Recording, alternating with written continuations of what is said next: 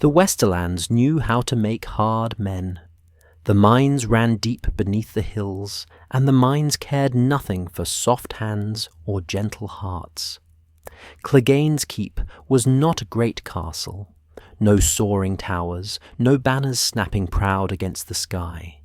But it squatted above the hills like a fist of grey stone, and the men who came from it were built the same way.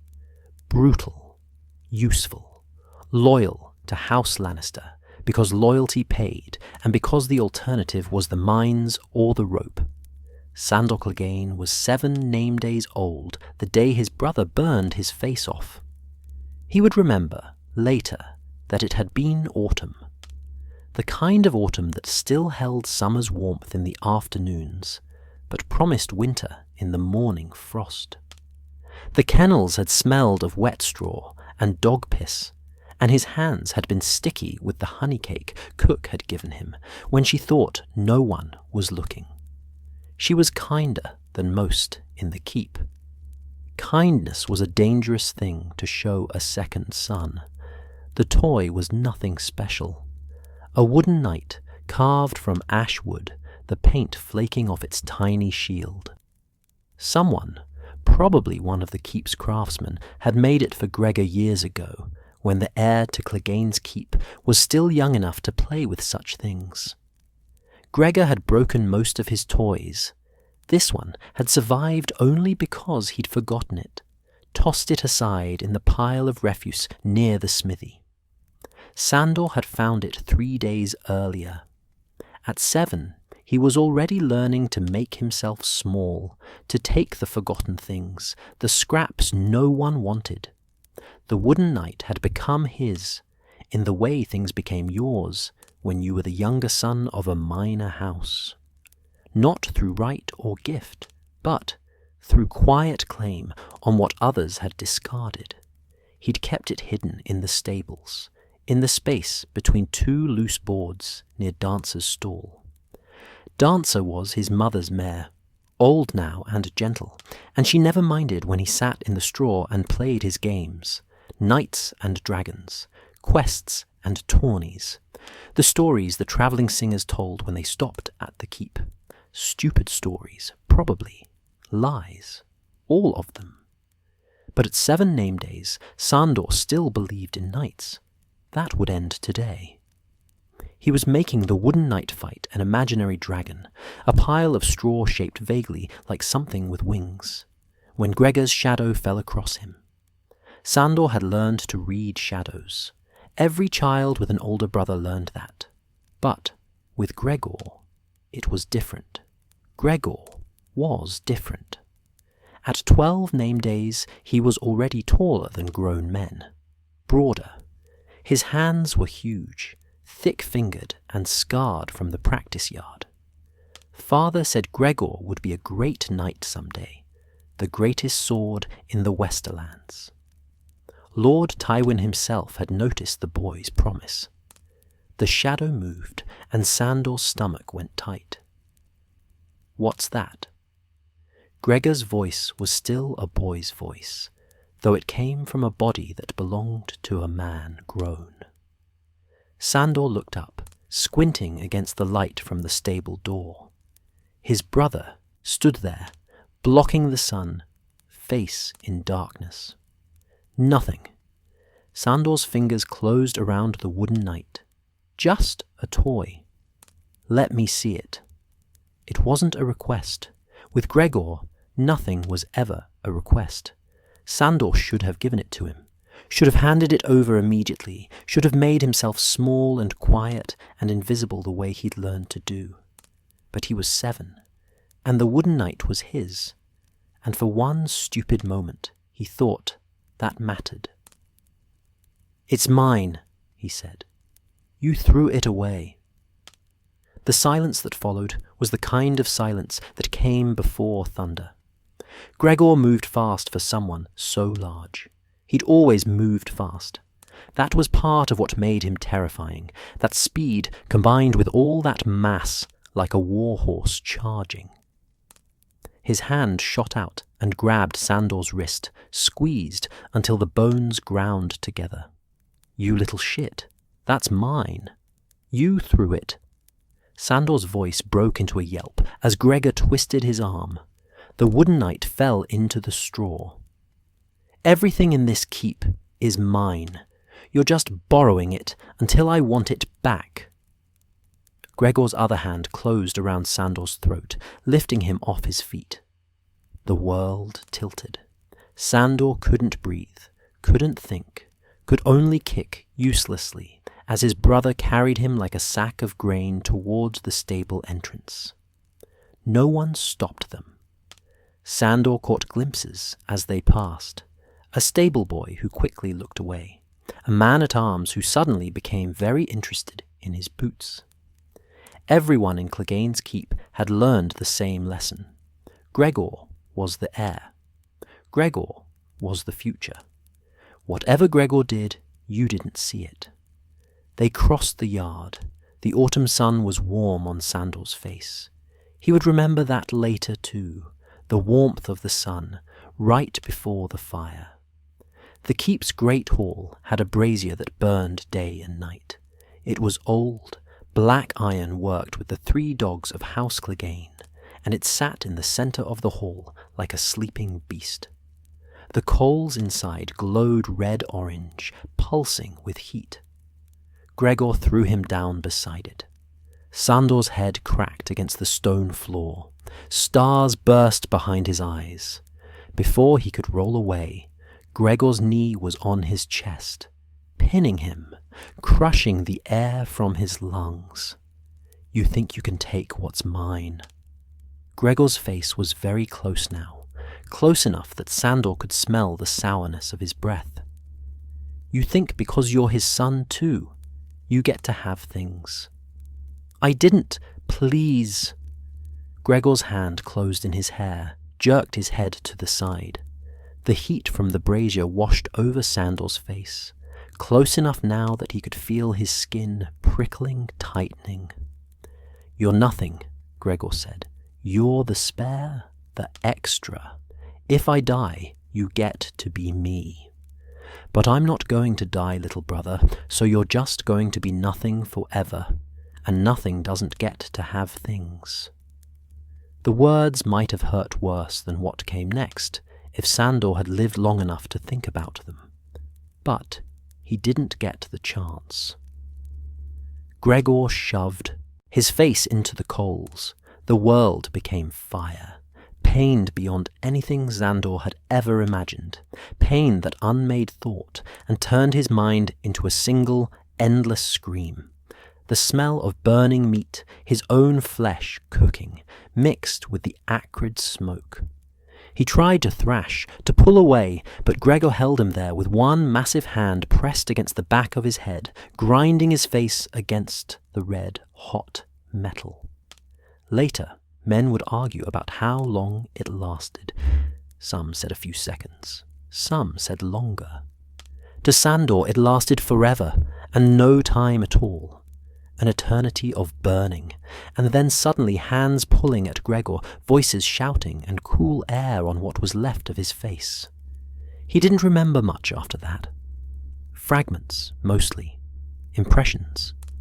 The master's face, old and grim, lips pressed tight as he peeled away the ruined flesh. The sting of poultices that hurt almost as much as the burning had. His mother weeping somewhere, he couldn't see her. The sound thin and distant, like a ghost crying in another room. His father's voice, cold and practical. Tell everyone the bedding caught fire. The boy was careless with a candle. No mention of Gregor. No punishment, no justice. The fever came that night, and Sandor burned again, but from the inside this time. He dreamed of fire and his brother's face, over and over, the same moment repeating like a curse. In his delirium, he screamed for his mother. She didn't come. Father wouldn't allow it, couldn't risk showing weakness over a second son's pain. It was the maester who sat with him through the worst of it. Old Maester Liam, who had served the Cleganes for 30 years and had learned not to ask questions he didn't want answered. He changed the bandages and gave Sandor milk of the poppy when the pain grew too great. And once, when Sandor surfaced briefly from the fever, the old man spoke. "Your brother is a monster," Liam said quietly.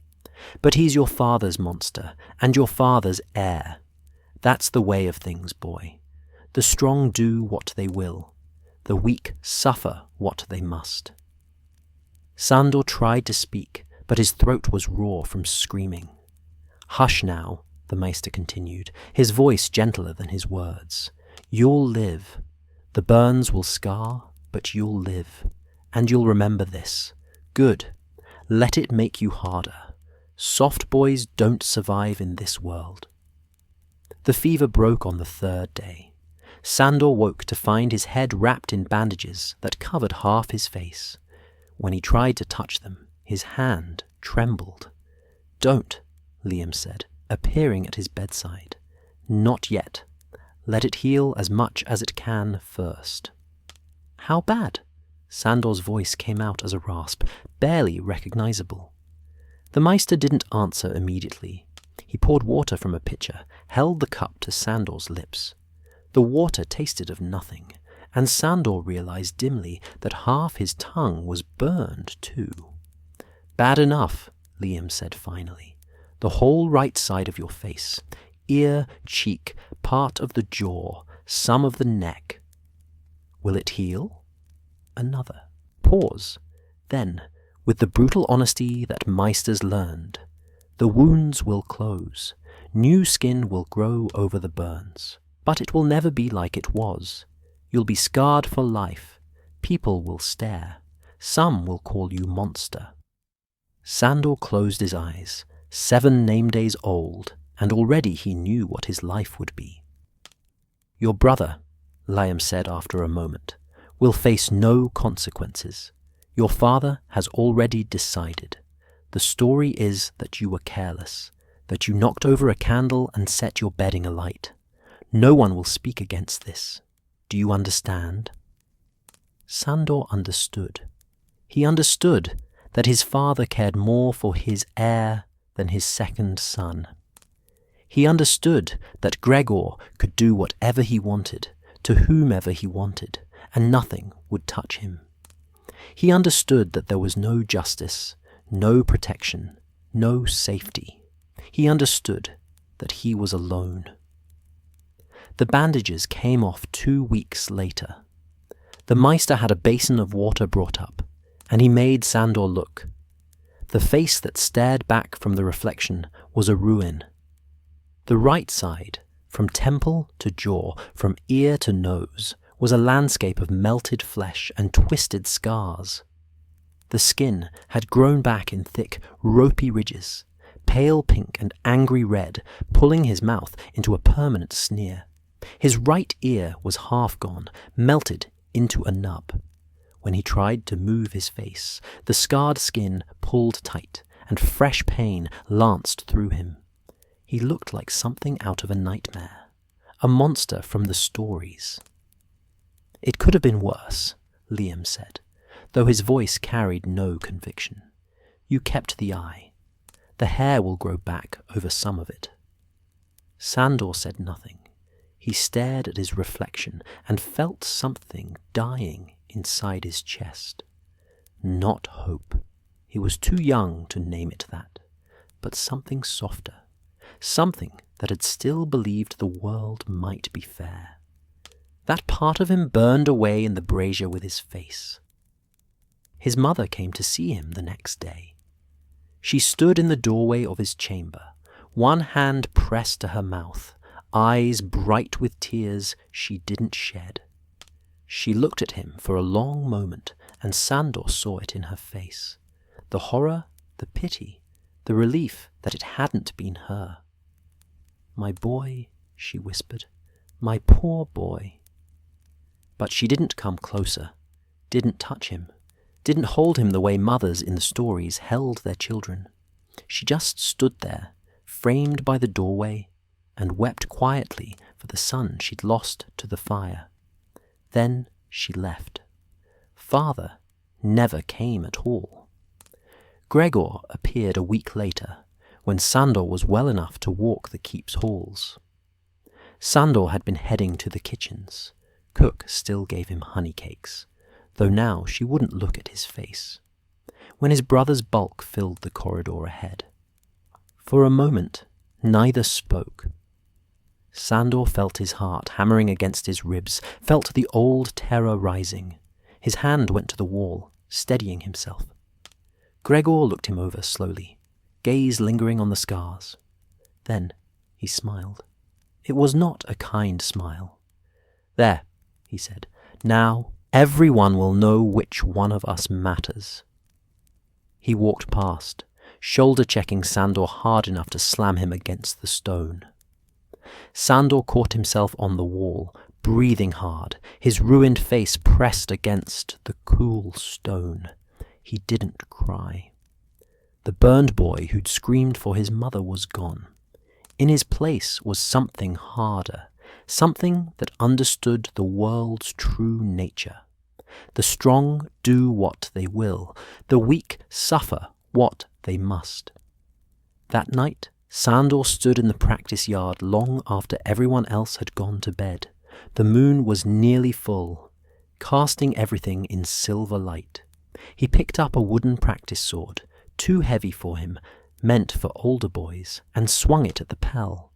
Again, and again, and again. His arms screamed, his shoulders burned, his hands blistered and bled. He didn't stop. If the world only understood strength, then he would become strong. If monsters were what survived, then he would become the worst monster of them all. He would make himself into something so terrible that no one, not Gregor, not his father, not anyone, would ever dare hurt him again. The wooden sword cracked against the pell, the sound echoing through the empty yard. Somewhere in the keep, in the Lord's chambers, his father slept peacefully. In the heir's room, Gregor dreamed whatever dreams monsters dreamed. And in the yard, under the cold moon, a 7-year-old boy with half a melted face taught himself to hate. It was a lesson that would last a lifetime. King's Landing stank. It had taken Sandor Clegane less than a day in the capital to learn that truth, and 10 years of service hadn't changed it. The city reeked of piss and shit and rotting fish, of too many people crammed into too little space, all of them sweating and fucking and dying on top of each other. The Red Keep sat above it all like a crown on a corpse's head, all red stone and proud banners. But the smell still drifted up from Flea Bottom on the summer wind. Sandor stood in the shadow of a pillar in the throne room, watching another day of Robert Baratheon's justice crawl past like a dying dog. He was 22 name days old now, broad-shouldered and tall, his face a ruin that made small folk cross themselves when he passed. The scars had thickened over the years, pulling his features into a permanent snarl that served him well enough. Men didn't ask questions when they saw his face. They just got out of his way. That was how he liked it. Hound. The voice was Prince Joffrey's, a boy of 12 name days who already had his mother's cruelty and his father's, or rather, his real father's, pride. Sandor had been assigned to the prince 2 years ago, a reward for loyal service to House Lannister. Some reward. Playing nursemaid to a golden-haired shit who thought himself a king already. Sandor turned from his position by the pillar. My prince. Joffrey beckoned him closer with an imperious wave. The boy sat on a cushioned chair near his mother, Queen Cersei, who watched proceedings with barely disguised boredom. The king himself was slumped on the Iron Throne, already half drunk, though it wasn't yet noon, while Lord Eddard Stark stood at the base of the throne delivering some judgment about grain taxes in the Riverlands. Tedious, all of it tedious. "I'm bored," Joffrey announced when Sandor reached him. "This is all so dull. Nothing but farmers whining about taxes and merchants arguing over licenses." "Justice is boring work, my prince," Sandor said flatly. "That's why kings have small councils to do it for them." Joffrey's lips curved into a smile that never reached his eyes. "When I'm king, I'll make justice more interesting, more entertaining." "When you're king, the realm will burn," Sandor thought. But he kept his face blank and said nothing. That was the trick of serving, knowing when to speak and when to be silent as stone. "Mother says we're having a tourney next month," Joffrey continued, leaning back in his chair. "For my name day. There will be knights, won't there? Proper knights, not just hedge knights and sellswords. I, my prince, every lordling in the 7 kingdoms will come to joust for your honour. Will you enter?" "No." "Why not? You're better than half the knights in the realm. I've seen you in the practice yard. You beat Sir Meryn 3 times last week." Sandor's jaw tightened. "Sir Meryn is a knight. I'm not." "You could be. Father, I mean the king. He'd knight you if you asked. Or Jaime Lannister would. You've earned it."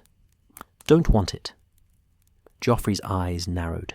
He didn't like being contradicted, even in small things. "Why not?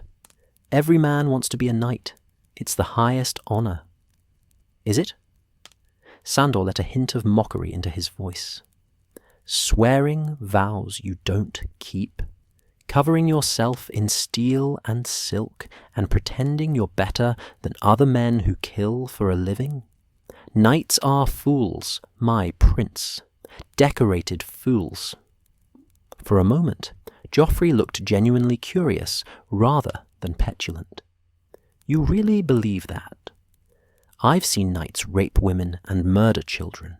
I've seen them break every vow they ever swore. The only difference between a knight and a sellsword is the knight has a prettier coat of arms." Sandor's voice dropped lower. "I kill who I'm told to kill. I don't need a white cloak and empty promises to do it." Joffrey's smile returned, wider now. "I like that. Honest brutality. That's more useful than honour, isn't it?" "Yes, my prince." "Good. Then you'll help me with something later, after this tedious business is done." Sandor didn't ask what. He'd find out soon enough.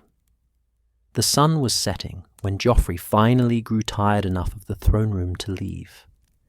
Sandor followed him through the Red Keep's corridors, past servants who pressed themselves against walls and guards who nodded respectfully to the prince. No one looked at Sandor's face any more. They'd learned not to. Joffrey led him down to the lower levels, where the keep's foundations were older, darker. The kind of place where screams wouldn't carry far. They found the boy in one of the storage rooms near the kitchens. A stable boy, perhaps 10, name days old, skinny and dirty with fear in his eyes. 2 of Joffrey's companions, Renly Baratheon's squire and some Lannister cousin, had him cornered. "There you are," Joffrey said brightly. "I've been looking for you." The boy's eyes darted to the door, but Sandor was already there, blocking it. No escape. "My prince, I wasn't." "Stealing." Joffrey's voice was pleasant, conversational. "You were stealing bread from the kitchens. I saw you myself." "I was hungry, my prince. I didn't mean everyone's hungry." Joffrey moved closer, circling the boy like a cat with a mouse. "Should everyone steal? Should we just let the small folk take whatever they want?" The boy was crying now, tears cutting tracks through the dirt on his face. "Please, my prince, I'm sorry. I won't do it again." "No," Joffrey agreed. "You won't." He turned to Sandor. "Cut off his hand." The room went very quiet. The stable boy made a sound that wasn't quite a scream. The two companions shifted uncomfortably. They were willing to watch cruelty, but participating was different. Sandor looked at the prince, 12 name days old and already giving orders that would make grown men flinch. "Which hand, my prince?" Joffrey's smile widened. "Does it matter? Choose whichever one he steals with." Sandor drew his dagger, plain steel, kept sharp enough to shave with, and crossed the room in 3 strides. The boy tried to run, but Sandor caught him by the collar and slammed him face first against the table. The wood was old, scarred from years of use. It would do. "Please," the boy sobbed. "Please, please, please." "Hold still," Sandor said. "Struggling makes it worse." He grabbed the boy's right wrist, forced the hand flat against the table. The fingers were small, child-sized, trembling so hard the whole arm shook. Just another job, Sandor told himself. Just another order. He raised the dagger. The boy screamed before the blade even fell. Sandor brought it down fast. That was mercy, at least, making it quick, and the steel bit-tore through flesh and bone with a wet crunch. Blood sprayed across the table, hot and bright. The boy's scream pitched higher, raw and animal. Sandor stepped back, let the child collapse to the floor, clutching the stump of his wrist. Blood pooled beneath him, spreading across the stones. "There," Joffrey said, sounding pleased. "Justice is served. Let that be a lesson to anyone else who thinks they can steal from the crown." The stable boy was sobbing, incoherent with pain and terror. One of Joffrey's companions looked green. The other was staring at the severed hand on the table, like he couldn't quite believe what he'd just witnessed. "Get a maester," Sandor said, "unless you want him bleeding out." "I suppose we can't have that," Joffrey said. "It would make a mess. Have someone tend to him, Hound, and clean this up. I can't have my mother finding out and lecturing me about propriety." He left, his companions trailing after him like puppies. Sandor stood alone in the room with the bleeding boy. The child was going into shock, his face pale, breathing shallow. The hand lay on the table, fingers still curled, like it was reaching for something that would never come. "Lucky," Sandor said to the dying quiet. "Could have taken your head." The boy didn't answer. Maybe couldn't answer. Sandor called for servants, then left before anyone could ask questions. Let them handle it. Let them whisper about the Hound and what he'd done. Let them add it to the list of reasons to fear him. He walked through the Red Keep as evening turned to night, climbed the stairs to his quarters. A small room in the barracks. Nothing fancy. But it had a door that locked, and a window that didn't face the sun. He poured wine from the jug he kept beside his bed, and drank it without tasting. The wine was Dornish red, strong enough to burn going down. He drank until the jug was half empty, then sat on the edge of his bed and stared at his hands. They were clean. He'd wiped the blood off on a rag before leaving the storage room, but he could still feel it, sticky and warm, could still hear the boy's screams echoing in his head. Knights and their vows, he thought bitterly. At least I don't pretend to be something I'm not. He drank more wine. Somewhere in the Red Keep, Joffrey was probably laughing with his friends, reliving the moment, turning cruelty into entertainment. The stable boy, if he survived, would spend the rest of his life one-handed, a cripple, unable to work. Probably starve in the streets within a year. And Sandor would wake tomorrow and do it all again. stand in shadows, follow orders, kill when told to kill, maim when told to maim. That was the bargain. House Lannister gave him gold, protection, purpose. In return, he gave them his sword and his obedience and his willingness to do what needed doing. It was honest work in its way, more honest than knighthood. He finished the wine as the moon rose outside his window, then lay back on his bed without bothering to undress. Sleep didn't come easy these days. It never had, not since Gregor had... No, he didn't think about that anymore. But sometimes, in the space between waking and sleep, he could smell burning flesh, could feel heat on his face, could hear his own screaming. The memories never faded, just waited in the dark for weak moments. Sandor closed his eyes and waited for morning. The tourney was everything Joffrey had wanted. Bright banners snapping in the wind, knights in polished armour, small folk cheering from the stands. King Robert sat in the royal box, already drunk, bellowing encouragement at the competitors. Beside him, Queen Cersei smiled like a cat in cream, and Joffrey bounced in his seat with barely contained excitement. Sandor stood behind the prince's chair, watching men try to kill each other, for glory. The jousting was tedious. Lords and hedge knights thundering at each other with lances, trying to knock each other off their horses while the crowd roared. Some were skilled. Most weren't. All of them were fools. "That's Sir Loras Tyrell," Joffrey said, pointing at a knight in elaborate armour decorated with golden roses. "They call him the Knight of Flowers. He's supposed to be one of the best." "Pretty armour," Sandor muttered. "He's handsome too," Joffrey added. "All the ladies love him." Sandor watched Sir Loras unhorse his opponent with a perfectly timed lance strike. The crowd went wild. The knight removed his helm, shook out long dark hair, and bowed to the royal box. He was young, beautiful, everything a storybook knight should be. "What do you think, Hound?" Joffrey asked. "Could you beat him?" "Aye." "Really? He's won 3 tourneys this year." "Tourneys aren't real fighting, my prince. They're dancing. Put Sir Loras in a real battle, in the mud, with men trying to gut him, and see how pretty he looks then." Joffrey laughed. "You're probably right. Still, it's good entertainment." The day wore on. More jousting, more pageantry.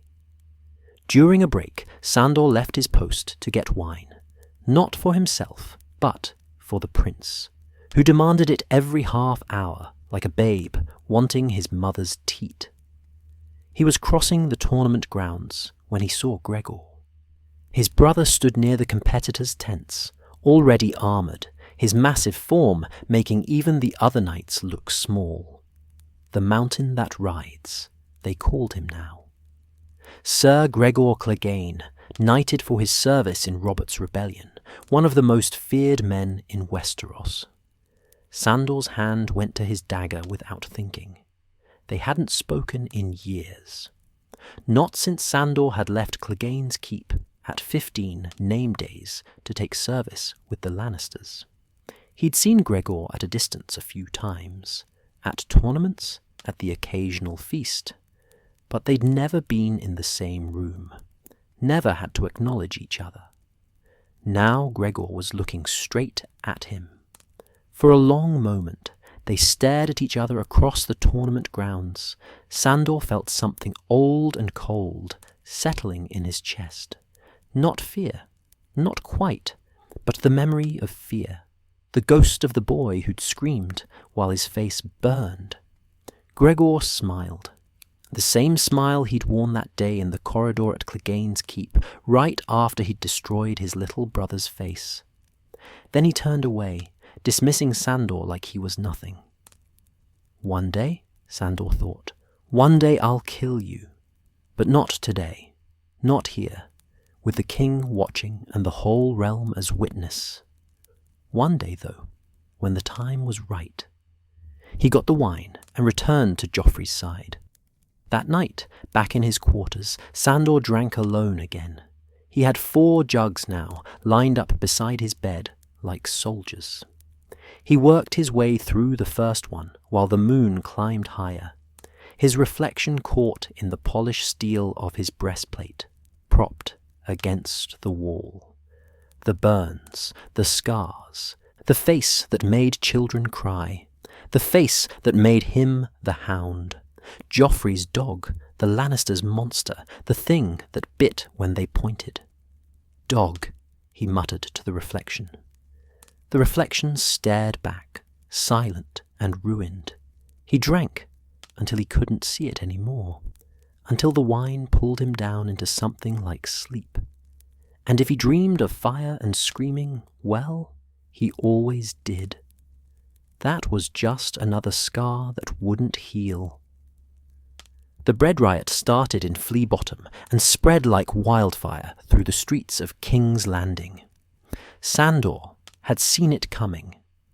Anyone with eyes could see it coming. The city was starving. Robb Stark had the Riverlands, Stannis Baratheon held Dragonstone and the sea, and the capital was choking on its own hunger. Refugees packed the streets, all of them desperate and angry, while King Joffrey sat on the Iron Throne and played at being a tyrant. The boy king had gotten worse.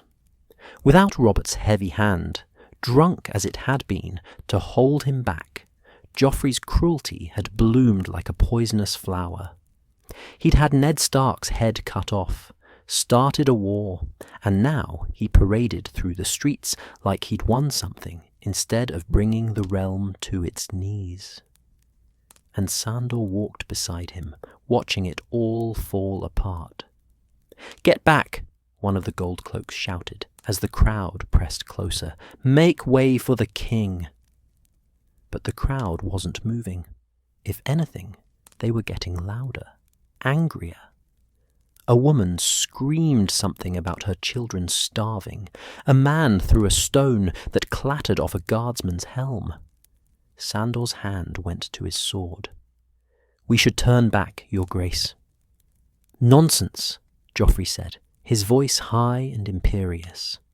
"They're my subjects. They should be grateful to see me." The boy's a fool, Sandor thought. A dangerous fool. Then someone threw a handful of shit. It sailed through the air and splattered across Joffrey's golden hair and pretty face. The king froze, stunned, as the brown filth dripped down his cheek. The crowd roared with laughter. "Who did that?" Joffrey shrieked, his voice cracking. "Who threw that? Find them! I want them found and executed!" The laughter turned to rage. It happened so fast. One moment they were a crowd, the next they were a mob. Bodies surged forward, hands reaching, voices screaming. The Goldcloaks tried to hold the line, but there were too many, too angry, too hungry to care about spears and swords. "Back to the Red Keep!" Sandor bellowed. He grabbed Joffrey by the collar and hauled him through the press of bodies. A man lunged at them. Sandor's fist caught him in the throat, sent him choking to the ground. Another came from the side. Sandor's elbow shattered his nose. The royal party scattered. Sandor caught glimpses of Goldcloaks being pulled down, of courtiers running in panic. Somewhere behind them, the mob was tearing someone apart. The screams were high and terrible. They made it 3 streets before Sandor realized the little bird was missing. Sansa Stark had been with them when they left the Red Keep, Joffrey's pretty hostage, the northern girl with the red hair and terrified eyes.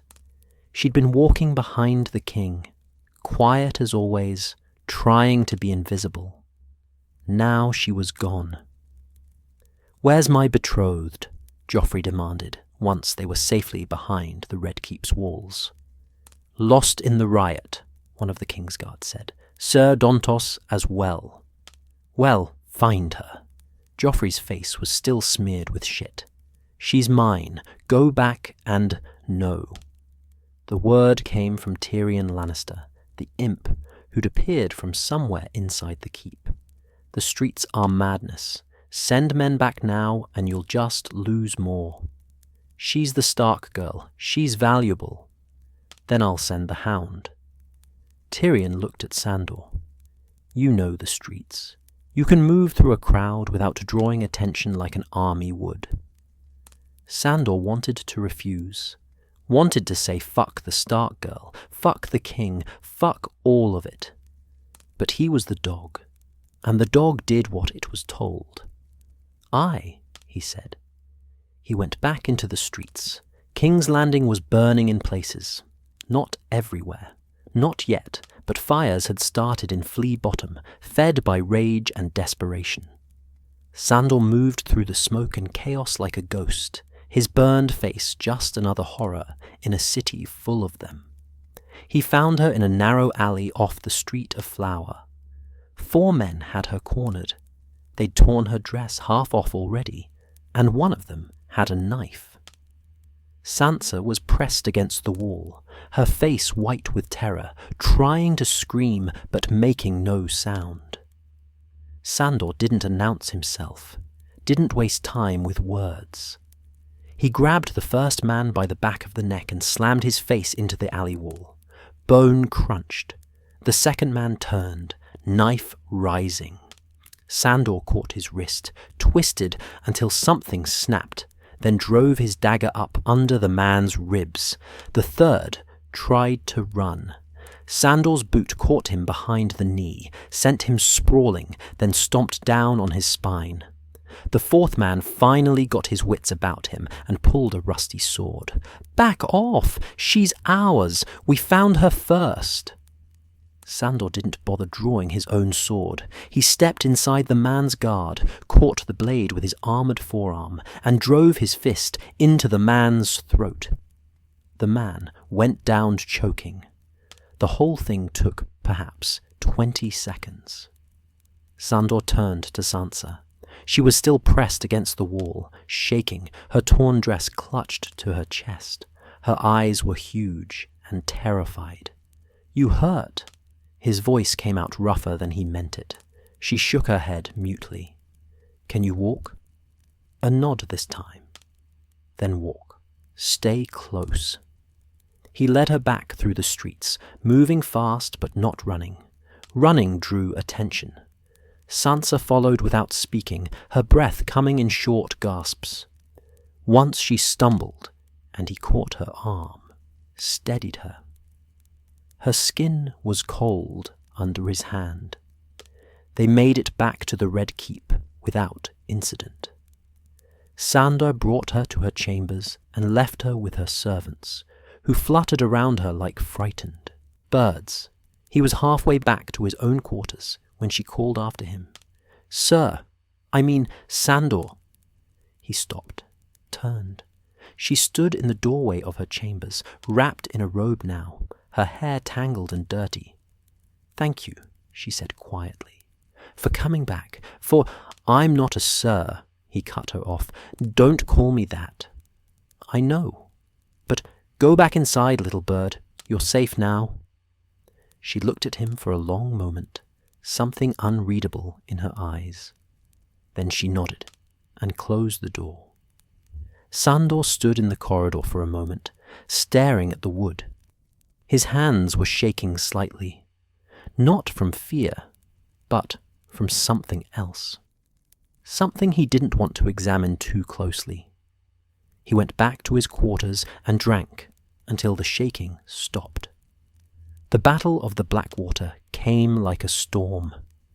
Stannis Baratheon's fleet filled the bay, hundreds of ships with his burning heart banner snapping in the wind. The walls of King's Landing bristled with defenders, gold cloaks, sellswords, knights, anyone who could hold a spear. And somewhere out there on the dark water, Tyrion Lannister's surprise was waiting. Sandor stood on the battlements in his armour, watching the enemy come. "Look at them all," someone said. "There must be 20,000 men on those ships." "More," Sandor muttered. Stannis didn't come to knock politely. The first ships were close enough now that he could see men moving on the decks. Archers, soldiers, siege equipment. They'd land on the beaches, come through the gates, flood the city with steel and blood. Then the wildfire struck. Sandor saw it from the walls, a ship exploding in green flame, then another, then a dozen more. The fire spread across the water like something alive, something hungry. Men screamed as they burned, diving into the bay only to find the water itself was burning. The smell hit moments later, chemical and wrong, nothing like normal fire. And Sandor couldn't breathe. His hands went to his helm, tearing at the straps. The world tilted. All he could see was green fire. All he could smell was burning flesh. All he could feel was heat on his face, melting, cooking, destroying. "Hound! Hound!" Someone was shaking him. Sandor shoved them away, stumbled back from the wall. His breath came in gasps. The fire was still burning out on the water, still spreading, still. "I'm done," he heard himself say. "I'm not doing this." "What? We're in the middle of a battle." "Fuck the battle." Sandor's voice sounded strange in his own ears, distant. "Fuck the city. Fuck the king." He turned and walked away from the wall. Men called after him. Orders, threats, pleas. He ignored them all. His feet carried him through the Red Keep like he was dreaming. Through corridors he knew by heart, past guards who stared, but didn't stop him. He ended up outside Sansa Stark's chambers. His hand raised to knock, then hesitated. What was he doing here? What did he want? He knocked anyway. A servant opened the door, saw him, went white with fear. The lady is... Get her." It wasn't a request. Sansa appeared a moment later, wearing a sleeping gown, her hair loose around her shoulders. She looked at him, at his armor still stained with soot, at his face wild with something that might have been panic, and her expression softened. "You're leaving," she said quietly. It wasn't a question. "I," the word came out rough, "should have left long ago. Should never have stayed in this shit city, serving that shit king." She stepped closer. "Where will you go?" "North, maybe. Anywhere that's not here." He laughed, a harsh sound. "Anywhere that's not burning." They stood in silence for a moment. Outside, distant sounds of battle drifted through the keep. Screams, steel on steel, the roar of wildfire still consuming the bay. "Sing me a song," Sandor said suddenly. "Before I go, the one about Florian and Jonquil." Sansa's eyes widened.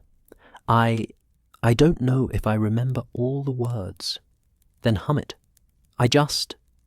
He stopped, not knowing how to explain, not knowing why he needed this one small, gentle thing, before he walked away from everything. She didn't sing, didn't hum, just looked at him with those blue eyes that had seen too much for a girl her age. "I'll remember you were kind to me," she said instead, "when no one else was." Something in his chest twisted. He reached for his cloak, white wool, the Kingsguard colours he'd never officially earned, and pulled it off, held it out to her. "It's not a knight's cloak," he said.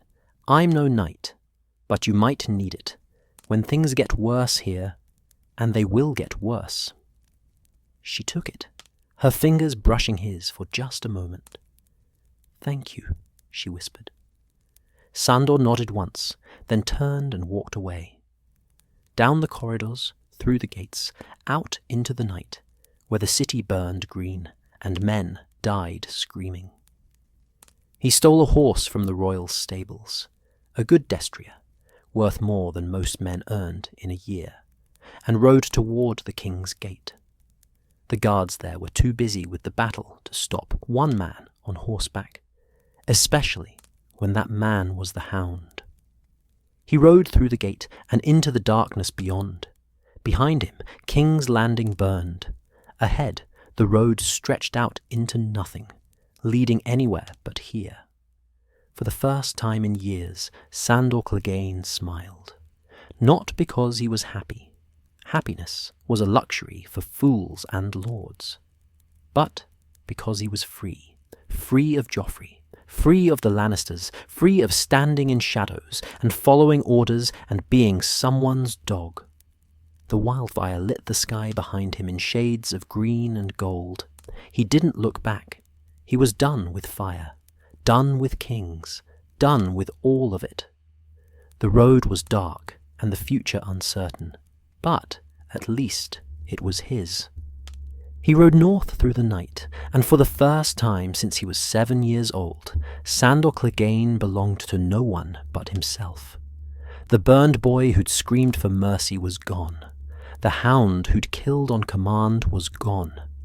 What was left was just a man on a horse, riding away from everything he'd ever known. It would have to be enough.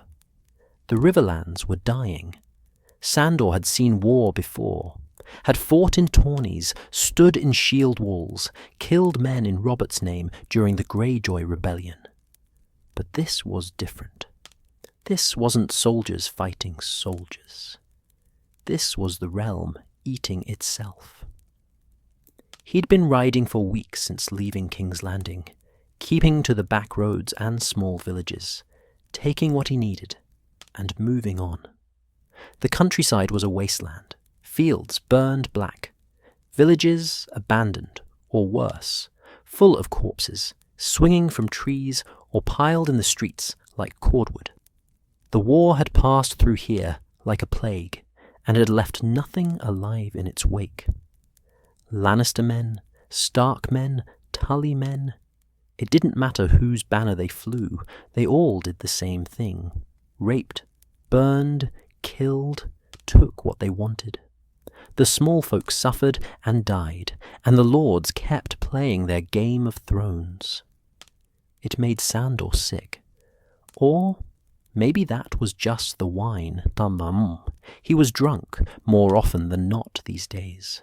Nothing else to do while riding through a dead land. He'd stolen enough gold from the Red Keep to keep himself in wine and food for months, maybe years if he was careful. Not that he planned to be careful. He had no plan at all, really. Just riding, staying ahead of the war, trying not to think too much about what came next. Then he found the girl. The inn sat at a crossroads, half burned but still standing. Sandor had stopped there for wine and maybe a bed that wasn't the ground. The common room was nearly empty, just a few travellers too desperate or stupid to find better shelter. He was 2 cups deep into a flagon of sour wine when he saw her. A boy, he thought at first. Small, dirty, dressed in rough-spun with short-cropped hair. But something about the way she moved, the way she held herself, made him look twice. Then she turned, and he saw her face. Arya Stark, the younger daughter, the wild one.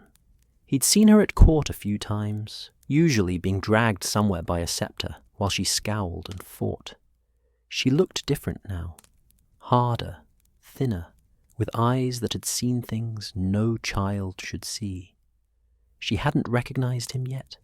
He was just another scarred man in a corner. Nothing worth noticing.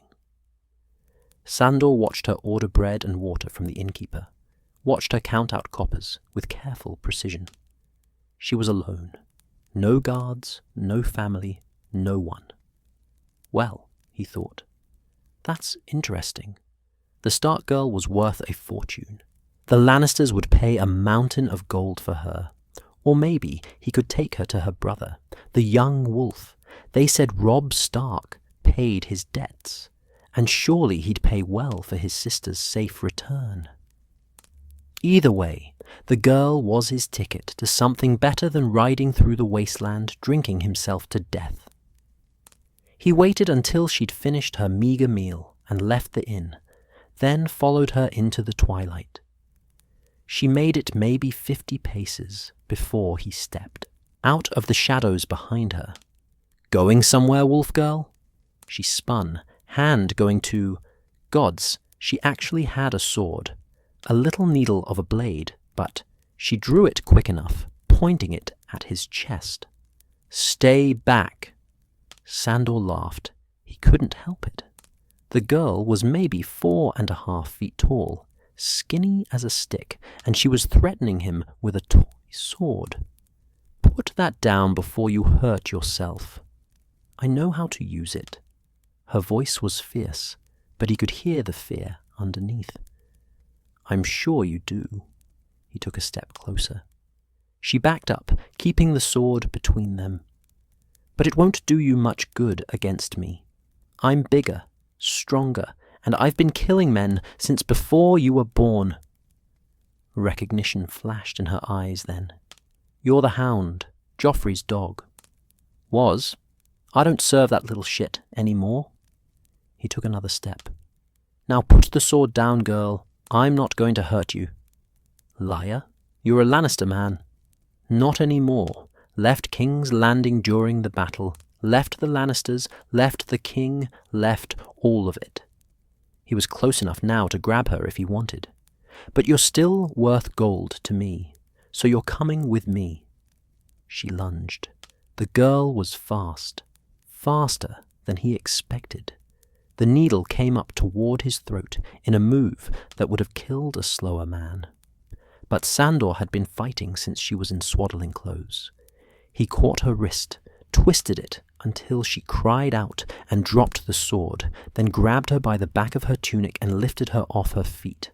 She kicked and thrashed like a wild cat. "Let me go! Let me go, you bastard! Stop fighting or I'll knock you senseless." He gave her a shake. "Your choice." She kept fighting.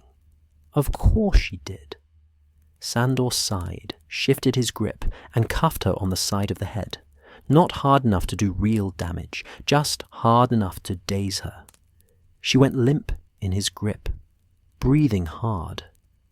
Better. He set her down, but kept hold of her tunic. "Now listen. I'm taking you to your brother. Robb Stark will pay good gold to have you back, and I need the coin. You can come quiet, or I can tie you up and throw you over my horse like a sack of grain. What's it going to be?" She glared at him with pure hatred. "I'll kill you. First chance I get, I'll put a sword through your eye." "You can try." He picked up her fallen sword and tucked it through his belt. "But until then, you're mine. Understand?" She didn't answer, just kept glaring. Good enough. They rode north together, toward the twins, where rumor said the young wolf was gathering his army. Sandor kept her in front of him, on the horse, one hand always ready to grab her if she tried to jump off. She didn't speak, except to curse him, and she did that often enough. "You're a coward," she said on the third day. "Running away from the battle like that." "Aye, probably. You're supposed to be some great warrior, the Hound, but you're just a scared dog. Better a live dog than a dead lion." He took a pull from his water skin. Wine, not water. "Your father learned that lesson too late." She went rigid with rage. "Don't talk about my father." "Why not? He was an honorable man. Everyone says so. Told the truth, did the right thing, and they cut his head off for it." Sandor laughed bitterly. "That's what honor gets you in this world, girl. A spike on the walls and crows eating your eyes." "Shut up. You know I'm right. You've seen it. How many honorable men have you watched die? How many good people?" She didn't answer. Didn't need to. They both knew the answer. They rode in silence for a while after that. The war was everywhere. They passed burned villages, hanged men, refugees fleeing they didn't know where. Once they saw a group of soldiers in Lannister colours raping women in the ruins of a sept. Sandor rode past without stopping. "Aren't you going to do something?" Arya demanded. "Not my fight. They're hurting them." "World's full of hurting, girl. I can't stop all of it." He kept the horse moving. "And I'm not a hero. The sooner you learn that, the better. You're a coward and a monster. But I'm an honest monster, better than the knights who do the same thing but call it justice." That night they camped in the ruins of a burned farmhouse. Sandor built a small fire, small enough not to draw attention, and roasted a rabbit he'd killed earlier. Arya sat on the other side of the fire, as far from him as the rope around her ankle would allow. He'd tied her up. She'd tried to run twice already, and he was tired of chasing her. "Here." He tossed her a piece of rabbit meat. "Eat." She caught it, but didn't eat, just glared at him. "Suit yourself. Starve if you want." He tore into his own portion. The meat was gamey and half-burned, but he'd eaten worse. After a moment, she started eating too. Hunger won over pride, like it always did. "Why did you leave?" she asked suddenly. "Told you. Don't serve Joffrey any more." "But why? What made you leave?" Sandor stared into the fire. The flames danced, orange and yellow and red. Not green, thank the gods. He'd had enough of green fire to last a lifetime. "Fire," he said finally. "Wildfire on the bay. Couldn't." He stopped, jaw tightening. "Doesn't matter. Point is I left." "You're afraid of fire." It wasn't a question. She was watching him with those sharp eyes, seeing too much. "Everyone with sense is afraid of fire." "Not like you are." She paused. "What happened to your face?" "None of your business." "Was it battle? A dragon?" "There haven't been dragons in 100 years, you stupid girl." "Then what?" He looked at her across the fire. She was just a child, but she'd seen enough horror that maybe she'd understand. Or maybe not. Didn't matter either way. "My brother," he said, "when I was about your age, shoved my face into a brazier full of hot coals because I touched one of his toys." Arya's eyes widened. "Your brother did that?" "Aye, Gregor. You've probably heard of him. The mountain that rides. Big bastard likes. Killing." Sandor's hand went to his face, traced the ridges of scar tissue. "He's a knight now. Sir Gregor Clegane. That's what knights are, girl. Monsters with pretty titles." She was quiet for a long time after that. "I had brothers too," she said finally, her voice small. "Rob and John and Bran and Rickon, and a sister, Sansa. I don't know where any of them are now. Your sister's in King's Landing, still Joffrey's hostage." Arya's head snapped up. "You saw her? Is she all right?" "She was when I left. Playing the perfect little lady, saying what she's supposed to say, doing what she's told." He paused.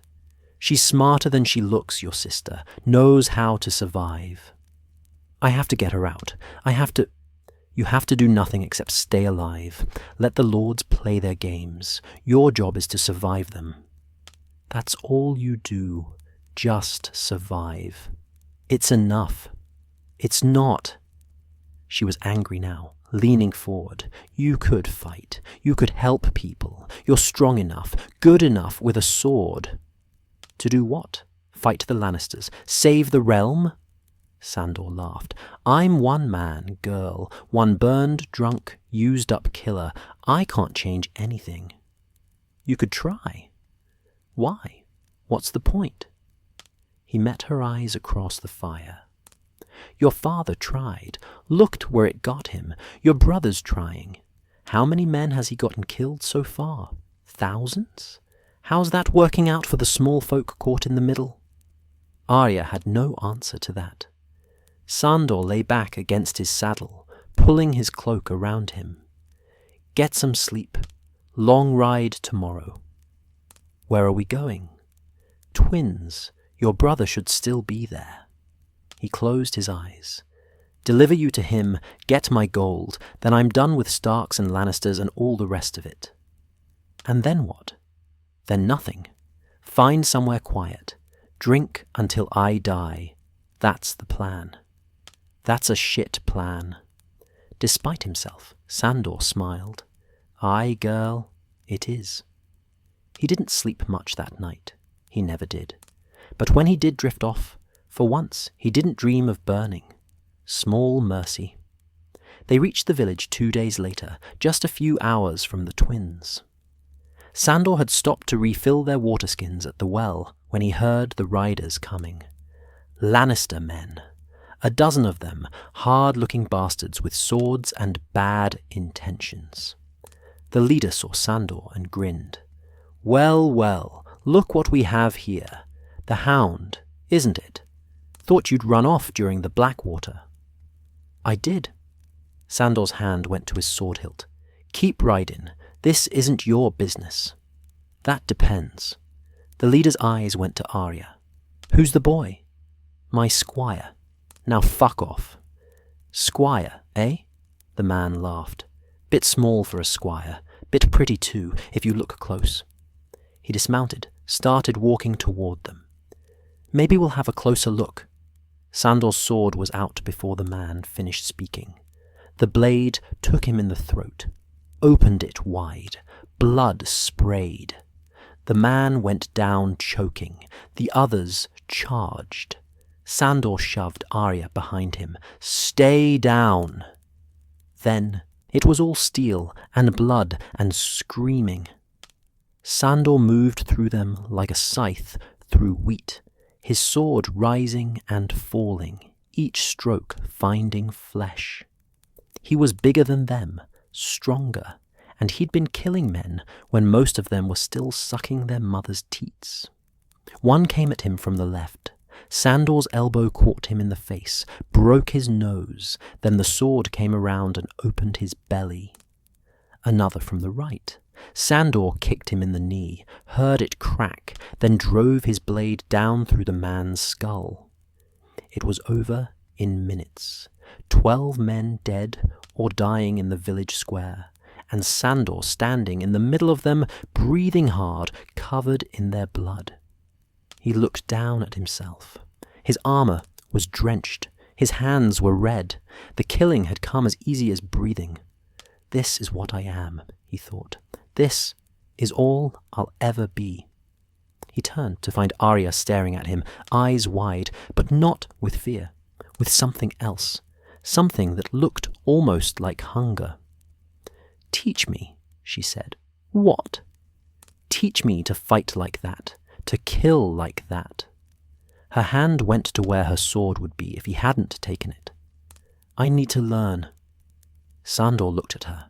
This child who'd already seen too much death, who had murder in her eyes and vengeance in her heart. He should say no, should tell her to go back to being a little girl, playing with dolls and singing songs. But he knew better. That girl was already dead, just like the boy he'd been was dead. All right, he said, but understand this. Once you start down this road, there's no going back. You learn to kill, you become a killer, and killers don't get happy endings. I don't care about happy endings, Arya said. I just want them dead, all of them, everyone on my list. Sandor laughed, a harsh, bitter sound. Your list, is it? Fine, I'll teach you, but first lesson starts now. He gestured at the bodies. Dead men don't need their coin. Search them. Take everything useful. She hesitated for just a moment, then moved to the nearest corpse and started going through his pockets. Sandor watched her work and felt something like recognition. The girl was becoming what the world made her, just like he had, just like everyone did in the end. He cleaned his sword on a dead man's cloak and sheathed it. They'd have to move soon. More Lannister men would come eventually. But for now, they had time enough to teach the wolf cub how to bite. And maybe, just maybe, that was worth something, even if it damned them both. The twins had been a bloodbath. Sandor and Arya had arrived 2 days too late.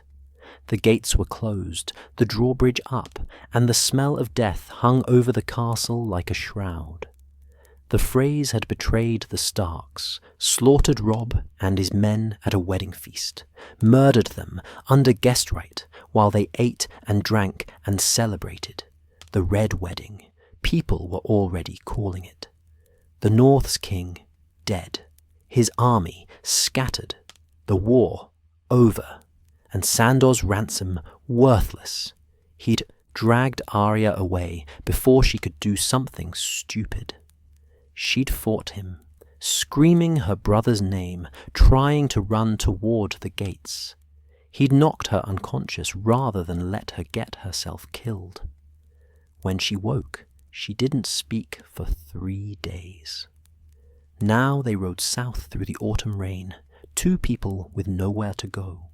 Sandor's grand plan, deliver the girl, collect his gold, had died with Robb Stark. He was back where he started. Broke, hunted by both sides of a war that didn't matter anymore, stuck with a girl who wanted him dead almost as much as she wanted everyone else dead. "We could go to the Eyrie," he said on the 4th day.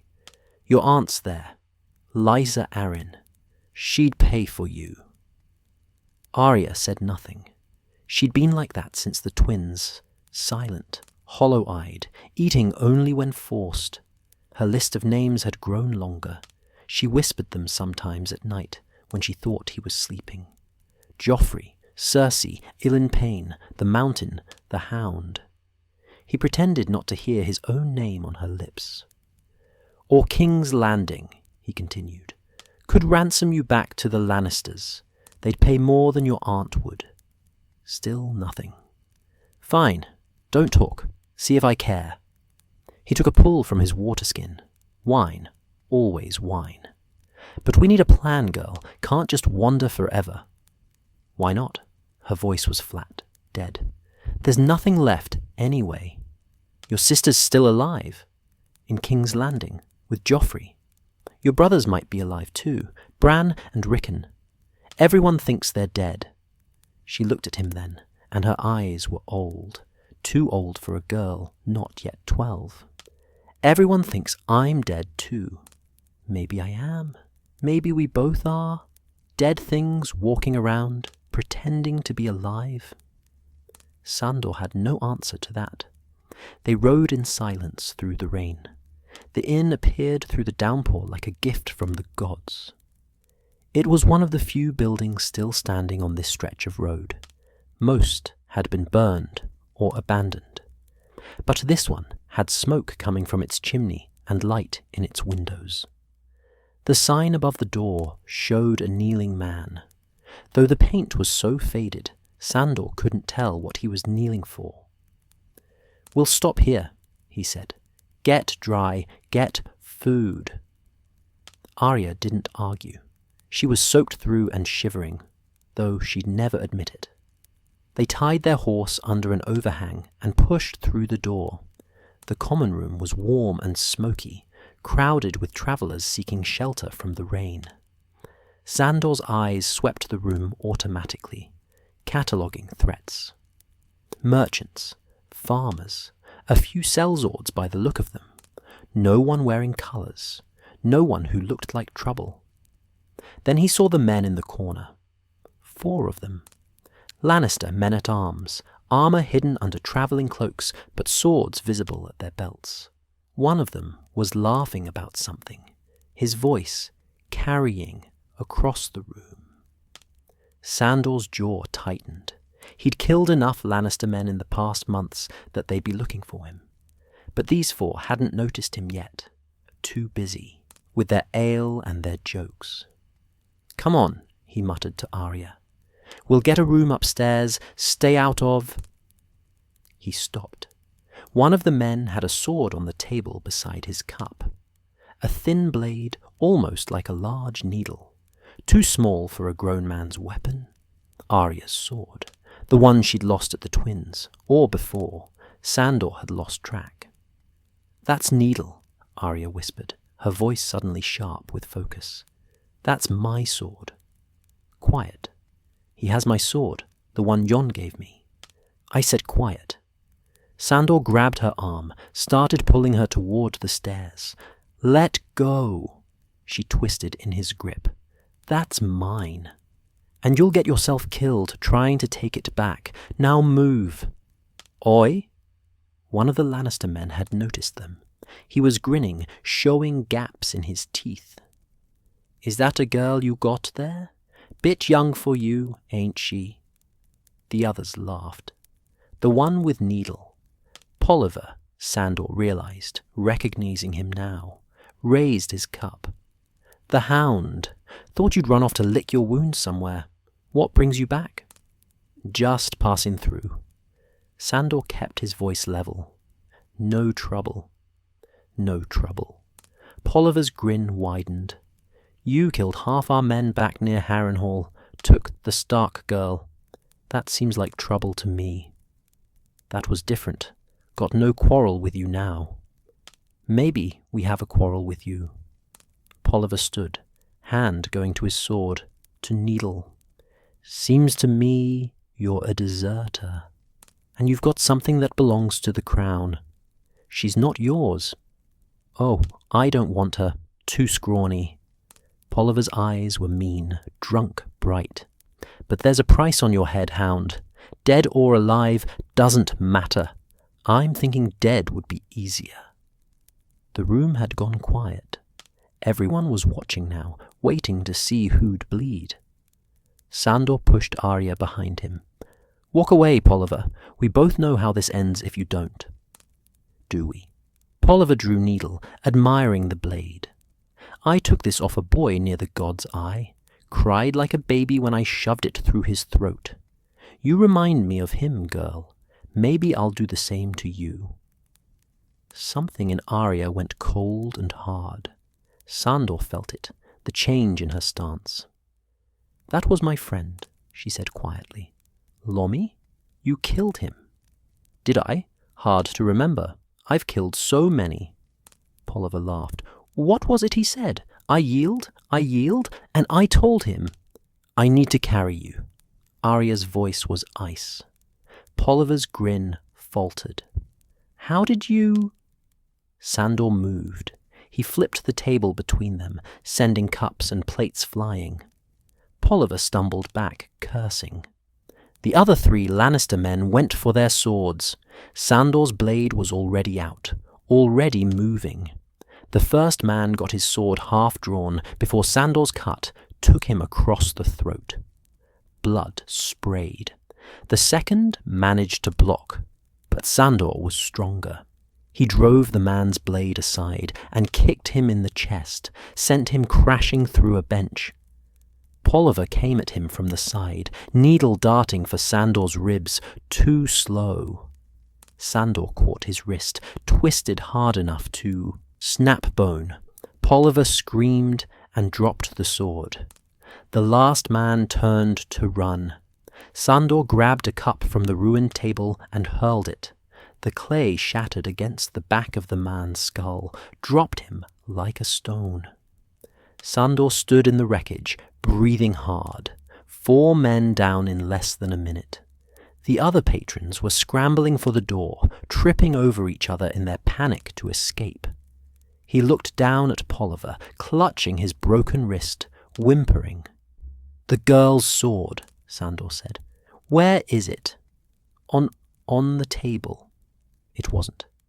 Sandor looked around, saw Arya holding Needle, the blade pointed at Polliver's face. "Wait," Polliver gasped, seeing her. "Wait, please. I yield. Is that all the Hound taught you?" Arya's voice was strange, distant. She was somewhere else, remembering something. Fine, stick them with the pointy end. No, wait, Arya lunged. Needle went into Polliver's throat, came out red. She did it again and again, stabbing him over and over even after he stopped moving, stopped twitching, stopped being anything but meat. Enough! Sandor grabbed her shoulder, pulled her back. He's dead! She was breathing hard, covered in blood, not her own. Her eyes were wide and wild, but not with fear, with something else, something that looked like satisfaction. I remembered, she said, what he said to Lomi. I remembered, and I said it back to him. Sandor looked at the body, then at the girl holding the bloody sword.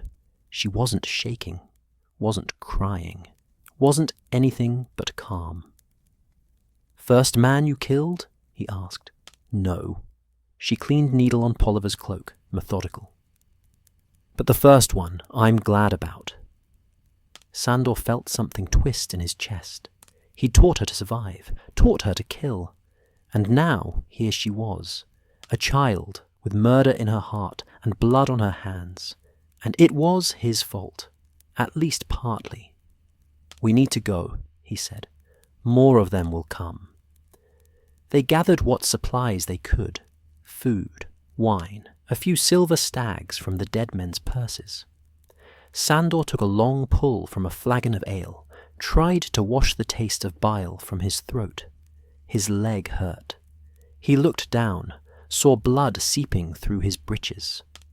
One of the men must have gotten him during the fight. He hadn't even noticed. You're wounded, Arya said. It's nothing. There's a lot of blood. I said it's nothing. He pushed past her, headed for the door. His leg buckled. He caught himself on the doorframe, breathing hard. Not nothing. Definitely not nothing. We'll ride, he said. Put some distance between us and here, then... The world tilted. Sandor's knee hit the floor. He couldn't remember falling. Hound? Arya's voice seemed to come from far away. Hound! He tried to stand. Couldn't. His leg wouldn't hold him anymore, and now that he was paying attention, he could feel the wound. Deep. Probably nicked something important. Blood was spreading fast. Too fast. Shit, he muttered. Get up! Arya grabbed his arm, tried to pull him. Get up! We have to go. Can't, he laughed, a bitter sound. Killed by some nobody in a nameless inn. That's fitting. Don't say that. You're the Hound. You can't die in a place like this. Everyone dies somewhere, girl. He leaned back against the wall, already feeling the strength leaving his body. Might as well be here as anywhere. They made it outside somehow. Arya got him on the horse. He didn't remember how, just fragments of pain, and her voice urging him on. They rode for maybe an hour before he couldn't stay in the saddle anymore. He fell hard, and this time he didn't get up. Sandor woke to pain and the smell of grass. He was lying under a tree, somewhere off the road. The horse was gone. Arya sat a few feet away, watching him with those cold eyes. How long? His voice came out as a croak. 2 days. You kept waking up and passing out again. He tried to move. His leg was on fire, infected probably. The whole thing felt hot and swollen and wrong. You should go, he said. Leave me. I'm done. I know, he laughed, but it hurt. Going to finish me off? I'm on your list, aren't I? You are. So do it. Take your little sword and stick me. I'm too weak to stop you now. Arya stood, drew Needle. She walked toward him slowly, the blade catching the afternoon light. Sandor closed his eyes. Do it quick, at least. I've earned that much. He waited for the steel, for the end. It didn't come. He opened his eyes. Arya was standing over him, sword raised, her face twisted with something, hate, anger, grief, all of it mixed together. Do it, he snarled. What are you waiting for? I hate you, she said. I know. You're on my list. You're supposed to die. Then kill me. No. She lowered the sword. I'm not giving you what you want. She bent down, quick as a snake, and grabbed the purse from his belt. His silver. What was left of it. Then she was walking away. Not running, just walking like she had all the time in the world. Come back here. Sandor tried to rise, couldn't. Come back and finish it, you coward, you... But she was gone, disappeared into the trees. Sandor lay under the tree and stared up at the leaves. Birds sang somewhere above. The sun was warm on his ruined face. He was going to die here, alone, unmourned. Just another corpse in a land full of corpses. The Hound was finally down. And somewhere in his chest, in a place he thought had burned away years ago, Sandor Clegane felt something like relief. It was over. All of it. The killing, the serving, the pretending to be something he wasn't. Or maybe pretending not to be something he was. He couldn't remember any more. His eyes closed. The pain faded to something distant. Behind his eyelids, he saw fire, but it didn't burn anymore. It just danced and flickered and went out. Death did not come. Sandor woke to whiteness. White walls, white light, white robes on the figure moving beside him. For a moment, lost in fever dreams, he thought he'd somehow ended up in the god's embrace. Then the pain crashed back, and he knew better. The gods didn't want him. Easy, brother. A hand pressed against his shoulder, keeping him down. You're safe. Sandor's vision focused slowly. An old man, weathered face creased with wrinkles, kind eyes, a septon, by the look of his robes. Where? His throat was raw, the word barely a whisper. The quiet isle. You washed up on our shore 3 days ago. More dead than alive, but the elder brother said you weren't finished yet. Should have let me die. That wasn't for us to decide. The old man, he introduced himself as Brother Narbut, helped Sandor drink water. The river brought you to us. We don't turn away what the gods provide. Over the next days, Sandor learned the truth of where he was. The quiet isle sat in the middle of the Trident, a small sanctuary where the faith kept a monastery. The brothers here were silent, sworn to speak only when necessary, living lives of prayer and labour and penance. They'd found him on the shore, half drowned and half dead from infection. The elder brother, the monastery's leader, one of the few who could speak freely, had cleaned his wound, drained the poison, and kept him alive through the worst of the fever. Why? Sandor asked when the elder brother came to check on him. The man was old, 60 or 70 name days, with a serenity that Sandor found deeply unsettling. Why did we save you? Why waste the effort? I'm no one, nothing. Every life is worth saving, my son.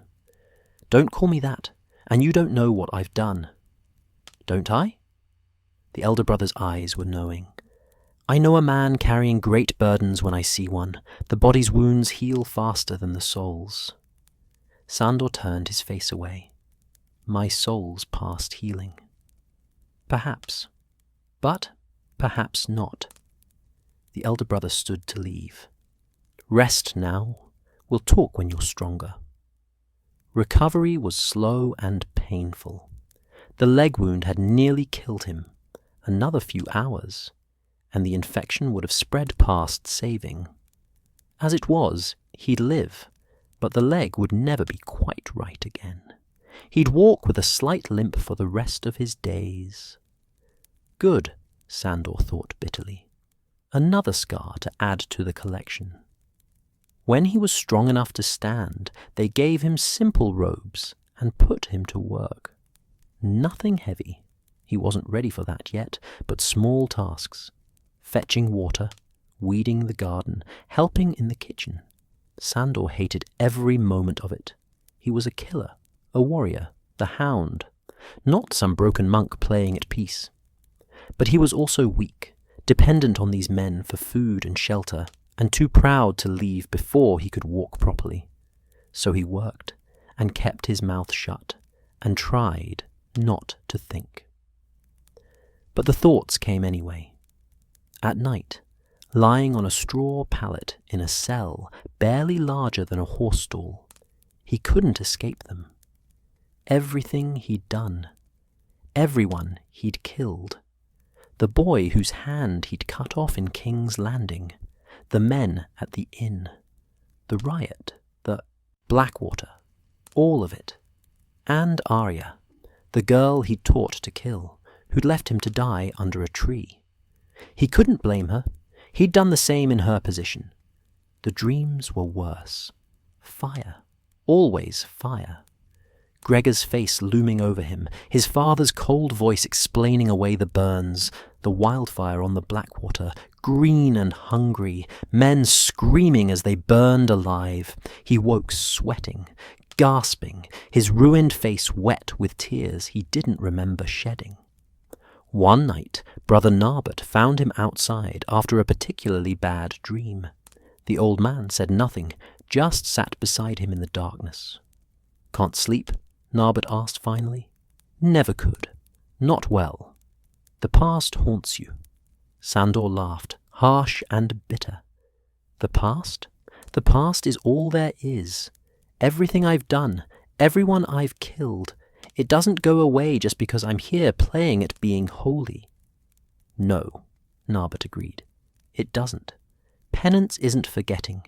It's remembering and choosing differently. I can't choose differently. I'm not built for it. I'm a dog, a weapon. That's all I've ever been." "Is it?" The old man's voice was gentle. "You saved the Stark girl during the riot. You protected her in the Riverlands. You could have sold her, used her, killed her. But you didn't. I was going to ransom her. That's not protection, it's greed. And yet she lived, and yet you taught her to survive." Narbut stood, old bones creaking. "You're not as simple as you pretend, my son, not as lost as you think." He left Sandor alone with the darkness and the stars. Weeks passed, then months. Sandor's leg healed, though the limp remained. His strength returned. He could leave now if he wanted, walk away, find another war, another lord who needed a killer. But he didn't. Instead, he found himself settling into the rhythm of the monastery. Rising before dawn for prayers, he didn't pray, just stood silent while the brothers chanted. Working in the gardens, his hands in the earth instead of wrapped around a sword. Eating simple meals in the refectory, surrounded by men who'd taken vows of silence and kept them. It was strange, peaceful, wrong. The elder brother came to him one afternoon while he was digging a new bed for turnips. Sandor looked up, wiping sweat from his brow. "Walk with me," the elder brother said. They walked along the shore of the island, waves lapping at the rocks. The elder brother was quiet for a long time, just watching the water. "Do you know what this place is?" he asked finally. "A monastery." "More than that. It's a haven for broken men. All of us here. We came from violence, from war, from lives we couldn't bear any more." The elder brother paused. "I was a knight once, fought in Robert's rebellion, killed more men than I can count." Sandor looked at him sharply. "You. Hard to imagine now, I know. But yes, I was young, strong, certain I was fighting for the right cause." The elder brother's voice grew distant. "At the Battle of the Trident, I fought on the Targaryen side. Was wounded, fell into the river. Everyone thought I'd drowned. But you didn't. No, I washed up here, on this shore, The brothers saved me just as they saved you. And when I recovered, I realized I didn't want to go back, didn't want to be that man anymore. He turned to face Sandor. So I stayed, and the man I was died in that river. The elder brother was born in his place.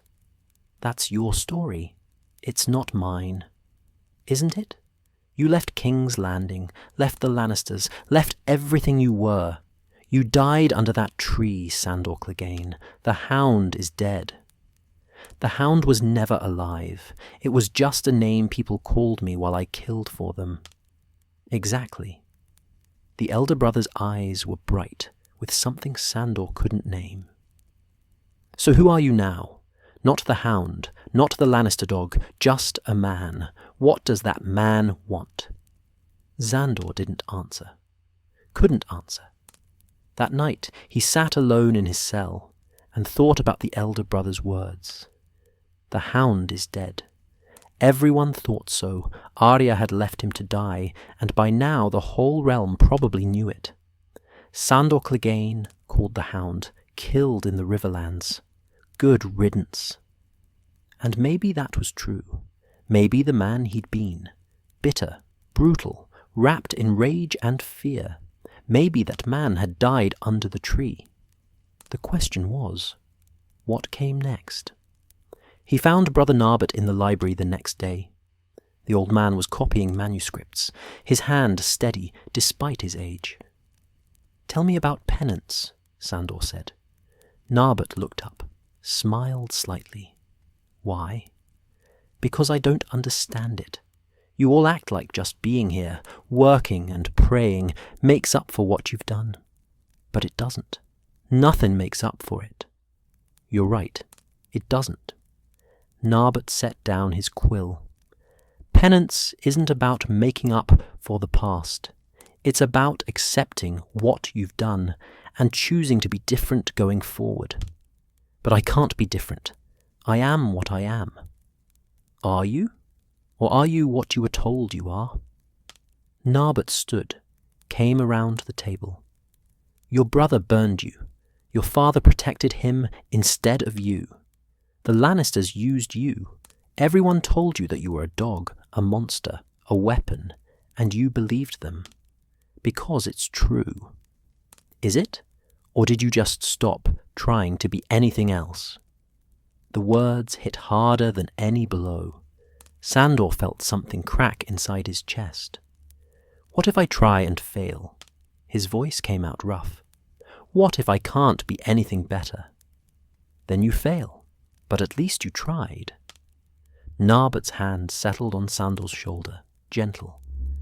"The gods don't ask for perfection, my son. Just effort. Just the attempt to be better than you were." Sandor stood in the library for a long time after Narbut left, staring at nothing. Better than he was. Was that even possible? The seasons turned. Autumn deepened toward winter. The quiet isle remained unchanged, a small pocket of peace in a world tearing itself apart. Sandor worked. He prayed, or at least he tried to. Mostly, he just stood silent in the sept, while the brothers chanted, listening to words he didn't understand about gods he wasn't sure existed. But something was changing. He felt it in small moments. His hands gentle on a newborn lamb in the fields, when once he would have been rough. His voice calm when speaking to the younger brothers, when once he would have snarled. His sleep coming easier, the nightmares less frequent. Not gone. They'd never be gone.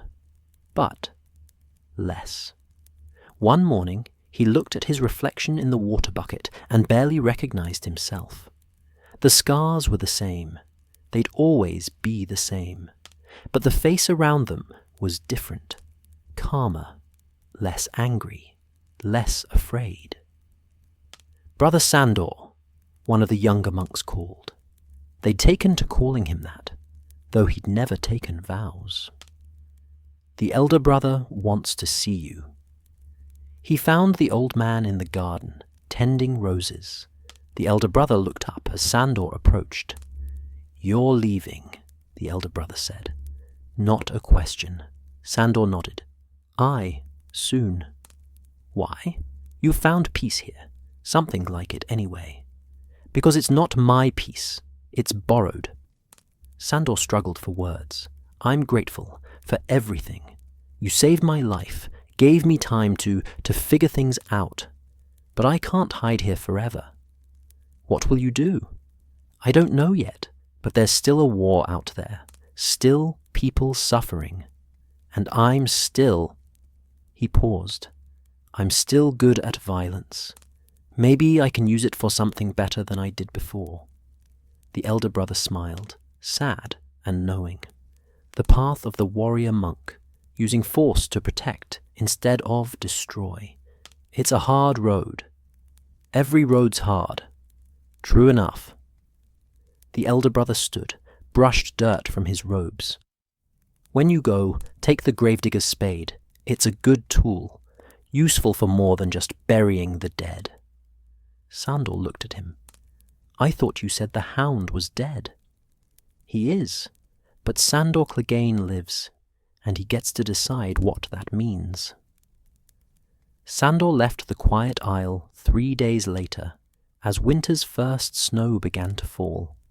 The brothers gathered to see him off, even the silent ones, who raised their hands in blessing. Brother Narbut pressed a small leather pouch into his palm. "Coin," the old man said, "for the road, and this." He handed Sandor a simple wooden carving, a dog sitting peaceful, at rest. "To remind you." "Of what?" "That even dogs can choose to stop biting." Sandor took the carving, turned it over in his scarred hands. It was rough work, probably carved by one of the brothers during their quiet hours. But there was something about it, the dog's posture, calm instead of aggressive, that made his throat tight. He pocketed it without a word. The elder brother walked him to the boat that would carry him back to the shore. "Where will you go?" the old man asked. "North, maybe. Heard there's trouble up there. White walkers, dead men walking. Probably just stories, but—" Sandor shrugged. "If it's real, they'll need fighters, good ones. And if it's not, then I'll find something else, someone to protect, something worth doing." He looked back at the monastery, at the quiet men living their quiet lives. "You were right. The Hound is dead. But maybe that's not the end. Maybe it's just the beginning of something else. May the gods guide you, my son. I doubt they care much about me, but—" Sandor almost smiled. "Thanks, anyway." He stepped into the boat. The brother at the oars pushed off, and the quiet isle began to recede behind them. Sandor watched it shrink until it was just a dark smudge on the horizon, then turned to face forward. The shore approached. Beyond it, the road. Beyond that, the north and winter and whatever came next. He was afraid. Not of dying. He'd made his peace with that. But of trying. Of attempting to be something better and failing. Of discovering that maybe the Hound was all he'd ever be. But he was going anyway. Because the elder brother was right. Sandor Clegane got to decide what that name meant now. And if he failed, if he fell back into old patterns, at least he'd tried. That had to count for something. The boat touched shore. Sandor stepped out onto solid ground, his leg protesting slightly. The old wound, always there, always reminding him. He adjusted the pack on his back, felt the weight of the spade Brother Narbut had given him. Then he started walking north, into the snow, into whatever the future held. Behind him, the quiet isle disappeared into the grey morning. Ahead, the road stretched on forever. And somewhere between the past he couldn't change and the future he couldn't see, Sandor Clegane took his first step toward becoming someone new. It wasn't redemption, but it was a start. Winter came hard to the Riverlands. Sandor walked north through snow that grew deeper with each passing day, his breath misting in the cold air, his leg aching from the old wound. The countryside was emptier than before. Those who hadn't died in the war had fled south or holed up in whatever shelter they could find. Winter meant death for those without walls and stores. He passed burned villages and frozen corpses, reminders that the war might be over, but its consequences lingered like a sickness. Sometimes he stopped to bury the dead when he could. The spade the brothers had given him proved useful for that, at least. The gravedigger's work. He thought about the quiet isle often as he walked. The peace there, the quiet. Part of him wanted to turn around, go back, spend the rest of his days in silence and safety. But that peace hadn't been his to keep. It had been borrowed time, a gift to let him heal enough to face what came next. Whatever that was. News travelled slowly in winter, but Sandor caught fragments when he stopped at the rare inn or isolated holdfast. The realm was broken. Joffrey was dead, poisoned at his own wedding, they said. Tyrion Lannister, accused, escaped. The Lannisters and Tyrells ruled together now, with young Tommen on the throne. In the north, the Boltons held Winterfell. Stannis Baratheon had gone beyond the wall to fight wildlings, and in King's Landing, a monster called Robert Strong served Cersei Lannister. 7 feet tall, never spoke, never ate, never removed his helm. Sandor knew what that meant. Gregor, his brother, turned into something worse than he'd already been. The mountain that rides, transformed into the Queen's creature. The knowledge settled in his chest like a stone. All his life, he'd imagined killing Gregor, avenging the boy who'd burned, putting down the monster who'd created the Hound. It had been a constant thought, a background rage that coloured everything. Now Gregor was already dead, in a way, transformed into something that wasn't quite alive, wasn't quite human, and Sandor felt nothing, or not nothing, but something quieter than the hate he'd expected. His brother had always been a monster. Now he just looked like one on the outside too. Let him rot in King's Landing, Sandor thought. Let Cersei have her creature. I'm done with all of them. He kept walking north. He was 2 days south of the Twins when he saw the smoke. Not the black smoke of burning buildings. He'd seen enough of that. This was cooking fire smoke, thin and grey, rising from a copse of trees off the main road. Travellers, probably. Or bandits. Either way, not his concern, but something made him turn toward it anyway. Maybe curiosity. Maybe loneliness after weeks of walking alone. Maybe just the memory of Brother Narbert's voice. The gods don't ask for perfection, just effort. He found a camp in the trees, 7 people, all of them thin and ragged, huddled around a small fire. A woman with 2 young children, an old man who might have been a farmer once, 3 others, a boy barely old enough to shave, a pregnant girl, and a man missing his left hand. Refugees, running from something or to something, barely surviving. They saw Sandor, and fear flashed across their faces. He couldn't blame them. He was a big man, scarred and dangerous looking, armed with a sword and wearing travel-worn armour. Everything about him screamed threat. "Easy," he said, raising his empty hands. "Not here to rob you." "Then what do you want?" The one-handed man positioned himself between Sandor and the others. Brave or stupid? "We've got nothing worth taking." "I can see that." Sandor looked at their camp, the pathetic fire, the lack of supplies, the hollowed-out faces of people who'd been hungry too long. "Where are you headed?" "White Harbour," the woman said. "If we can make it that far. They say Lord Manderley's still taking in refugees." "That's 200 miles north, in winter, with children." "You think we don't know that?" Her voice was sharp with desperation. "But there's nothing left back home. The Freys burned our village, killed anyone who fought. We had to run." Sandor knew he should walk away. These weren't his people, weren't his problem. He'd spent his whole life not caring about the small folk caught in the Lord's wars. Why start now? But he thought of the quiet isle, of Brother Narbert's gentle voice, of the elder brother's question, "Who are you now?" "You won't make it," he said bluntly. "Not without supplies, not without someone who knows how to fight. The roads are full of deserters and outlaws. They'll kill the men, take the women and children." The woman's face went pale. "Then what should we do?" Sandor was quiet for a long moment, wrestling with himself. Then he sighed, the sound rough and annoyed.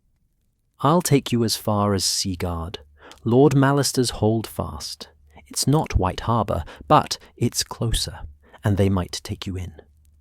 He held up a hand as hope flared in their faces. "But I'm not a nursemaid. You do what I say, when I say it. And if we're attacked, you run. Don't try to fight. Understand." They agreed quickly, gratefully, with the desperate relief of people who'd been drowning and found something to cling to. Sandor told himself he was doing this once, just this once, to prove to himself he could. Then he'd be done with playing protector. But he knew he was lying. The journey to Seaguard took 6 days. Sandor kept them moving during daylight, found shelter before dark, abandoned barns, caves, once a burned-out sept that still had enough roof to keep the snow off. He showed them how to make fires that didn't smoke too much, how to move quietly, how to hide when they heard riders on the road. The children, a boy of 8 and a girl of 6, were terrified of him at first, his face, his scars, his size. But children adapted faster than adults. By the 3rd day, they'd stopped staring. By the 5th, the little girl asked him to carry her when she got tired. Sandor almost said no, almost told her to walk herself, that he wasn't her father or her servant. Instead, he picked her up without a word and carried her for the next 2 hours. She fell asleep on his shoulder, her breath warm against his scarred neck. Something in his chest twisted. Not pain, exactly. Something else. Something that felt almost like... No. He pushed the thought away. On the 4th day, they were attacked. 6 men, deserters from someone's army, armed with rusty weapons and desperate hunger. They came out of the trees howling like wolves, aiming for the refugees. "Run!" Sandor roared. "Into the trees! Now!" The refugees scattered. The deserters tried to follow, but Sandor was in their way. He'd left his sword sheathed at first on the quiet isle, tried to put that life behind him. But he'd strapped it back on before leaving, because the world wasn't peaceful enough for unarmed men. Now he drew it, and the familiar weight felt both wrong and right in his hand. The first deserter came at him with an axe. Sandor sidestepped, let the man's momentum carry him past, then kicked him in the spine. The man went down hard. The second had a spear, longer reach, more dangerous. But Sandor had been fighting spearmen since he was 15. He batted the point aside with his blade, stepped in close, and drove his pommel into the man's face. The other 4 hesitated, seeing 2 of their number down so fast. "Leave," Sandor said, "while you still can." "There's 6 of us," one of them shouted, but his voice shook. "One of you." There's 4 of you now, and I've killed better men than you before breakfast." Sandor's voice dropped low, dangerous. "So you can run, or you can die here. Choose fast." They chose to run. Sandor watched them crash through the trees, then turned to check on the refugees. They emerged slowly, eyes wide, staring at him like he was something supernatural. You killed them so easily," the pregnant girl whispered. "No, I let them run." Sandor cleaned his blade on the snow. "That's the difference." "Why?" the one-handed man asked. "They would have killed us." "Because I'm not what I was." The words came out before Sandor could stop them. "And I'm trying not to kill unless I have to."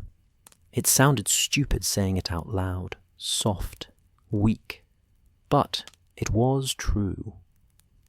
They made it to Seagard 2 days later. Lord Mallister's men were suspicious at first. A scarred warrior with a group of refugees could be bandits playing a trick. But Sandor explained the situation, and eventually they were allowed in. Lord Jason Mallister himself came down to the courtyard. He was older than Sandor remembered from tourneys years ago, grey in his beard, but still solid-looking. "You're Sandor Clegane," Mallister said. "They say you died in the Riverlands." "They say a lot of things. Are these people yours?" "No, just met them on the road. They need shelter, food, a place to wait out the winter." Mallister studied him for a long moment. "And you? What do you need?" "Nothing. Just wanted to see them safe." The Hound playing protector? There was no mockery in Mallister's voice, just curiosity. "The world's changing." "The Hound's dead," Sandor said quietly. "I'm just someone else now." Mallister nodded slowly. "Well, someone else is welcome to stay the night, at least. We'll find room for your refugees, and if you're looking for work—" "I'm not." "No." Mallister raised an eyebrow. "Where are you headed, then?" "North. Heard there's trouble up there, beyond the wall." "There is. Wildlings, dead things, madness." Mallister paused. "You don't strike me as a man who cares about those things." "I don't. But someone has to fight them. Might as well be me." He stayed one night at Seagard. The refugees thanked him, cried, offered him what little they had. He refused it all and left at dawn. The little girl ran after him as he was saddling his horse. "You're leaving?" Her eyes were wide, afraid again. "Aye, you're safe now. Don't need me any more." "Will you come back?" Sandor looked down at her. She was so small, so fragile, the kind of person who'd die in a harsh world without someone to protect them. "Maybe," he said. "Someday." He rode north before she could ask anything else. The further north he went, the worse the stories got. Dead, men walking, villages slaughtered, everyone turned into corpses that moved, the Night's Watch calling for aid, Stannis Baratheon marching on Winterfell, the north tearing itself apart while something worse gathered beyond the wall. Most people thought it was madness. Fantasies. The Night's Watch crying wolf to get more recruits and supplies. But Sandor remembered the old stories from his childhood. The Long Night, the Others, the war against the darkness that had almost ended the world. What if it was happening again? And what if, for once in his life, he could fight for something that actually mattered? He was 3 days from the wall when the outlaws found him. Or rather, when he found them. They had a village surrounded. Maybe 30 men, armed and armoured, flying no banners. They were preparing to attack, to take whatever the villagers had, and probably burn the rest. Sandor watched from the tree line. Watched the villagers inside their pathetic wooden palisade, trying to look brave with farming tools and kitchen knives. They wouldn't last 5 minutes. Not my fight, he thought. Not my problem. But his hand was already on his sword. Brother Narbert's voice echoed in his head, using force to protect instead of destroy. The elder brother's words, "Who are you now?" And his own voice, quieter than the others. Maybe someone better. Sandor rode down from the tree line before he could talk himself out of it. The outlaws saw him coming, one man on one horse, riding straight toward 30 armed men. They laughed at first, thinking him mad or stupid. Then they saw his face. "That's the Hound," someone shouted. "The fucking Hound!" "The Hound's dead," their leader yelled back. "This is just some scarred bastard trying to scare us." Sandor reined in his horse 20 feet from their line. "Leave while you can." "Or what? You'll kill all of us? There's 30 of us, you arrogant shit." "Won't need to kill all of you, just enough." Sandor's voice was flat, certain. "The rest will run. They always do." "You can't." Sandor drew his sword. "Last chance." They attacked. It was brutal and efficient, and over faster than it should have been. Sandor had spent his whole life learning to kill, and some skills you never lost. He went through their line like a scythe through wheat, blocking, cutting, moving, always moving. His sword rose and fell and rose again, each strike precise, economical, lethal. Men fell. Others backed away, fear replacing bravado. The leader came at him with an axe, screaming defiance. Sandor's blade took him in the throat. The man went down gurgling, clutching at his neck. The others broke. 30 men became 20, then 10, then a handful running for the trees. Sandor let them go. He didn't chase, didn't pursue, just stood in the snow, breathing hard, surrounded by dead men. His whole body ached. The leg wound, always there, was screaming. His shoulders burned from the fighting. He wasn't as young as he used to be, wasn't as fast. But he'd done it. The village gates opened slowly. People emerged, staring at the carnage, at the scarred man standing in the middle of it. You saved us," an old man said, his voice shaking. "Aye." Sandor cleaned his blade in the snow. "Got food? Wine? I could use both." They fed him, gave him their best, which wasn't much, but they gave it freely, treated him like a hero, which made him uncomfortable. He wasn't a hero, just a killer who'd happened to kill the right people this time. But when he left the next morning, the old man pressed a small carved wooden dog into his hand. Different from the one Brother Narbut had given him. Rougher, but made with obvious care. "So you remember us," the old man said. "Remember that you're more than what they called you." Sandor looked at the carving, then at the old man's weathered face. "The Hound's dead," he said quietly. "I know. That's why we carved a different dog, one at peace." Sandor pocketed the carving next to the first one and rode north.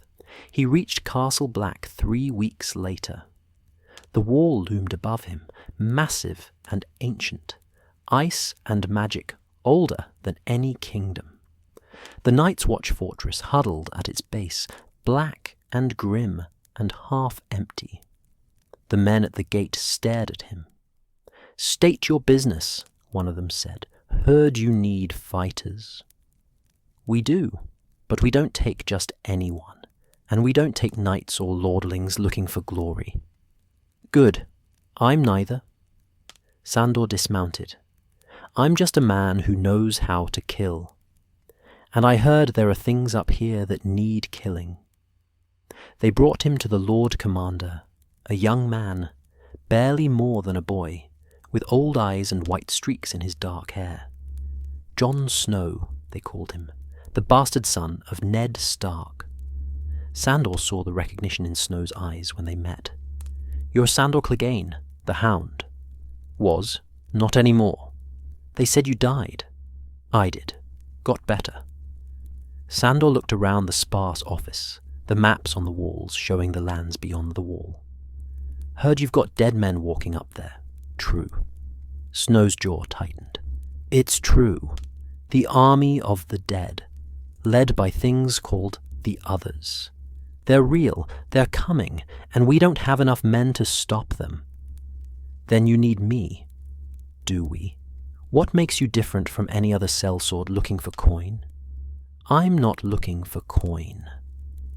The words surprised Sandor, even as he said them. I'm looking for something worth fighting for. Spent my whole life killing for lords and kings who didn't deserve it. Maybe it's time I killed for something that actually matters. Snow studied him for a long moment. Why should I trust you? You served the Lannisters, served Joffrey. I did, and then I left, and I've spent the last year trying to be something other than what I was. Sandor met the boy's eyes.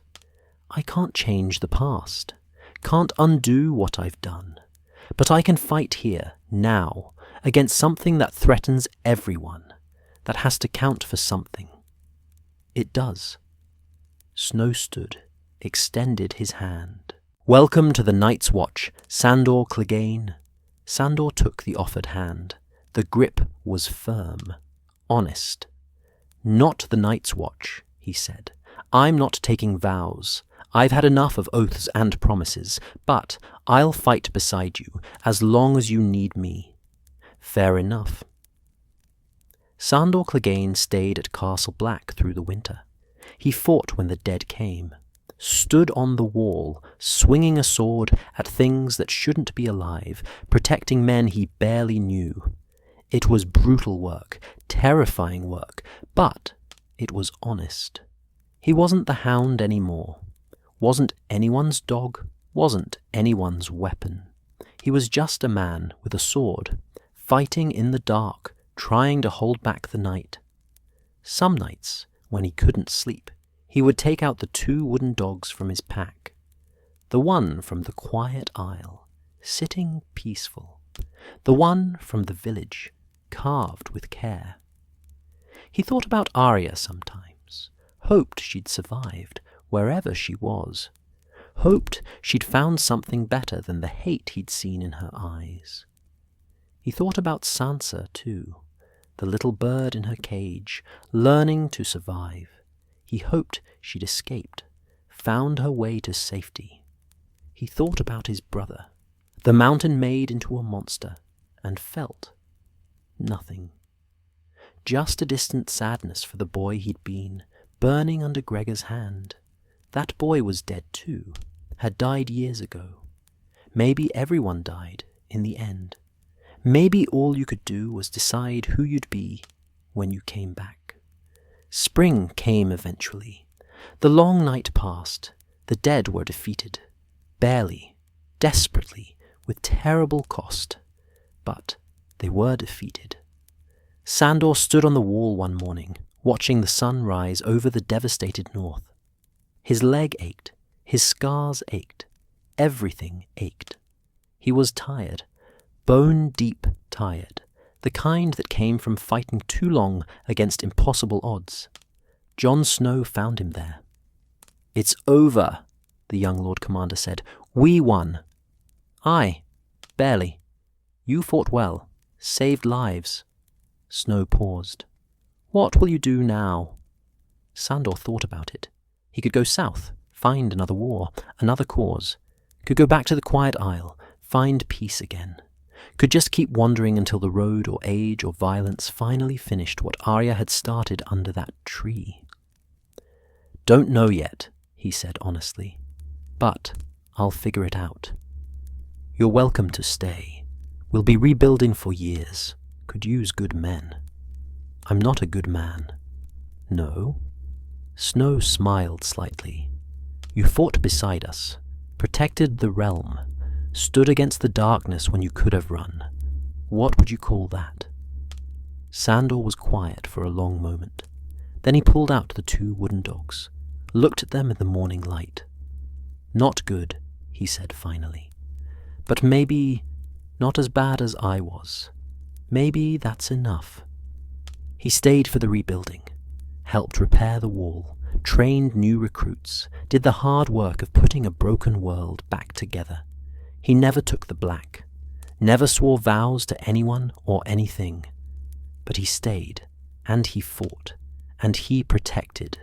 The Hound was dead, had died under a tree in the Riverlands, left behind by a girl who'd learned too well the lessons he taught. But Sandor Clegane lived, not redeemed. Redemption was for stories and songs, not for men like him, not forgiven.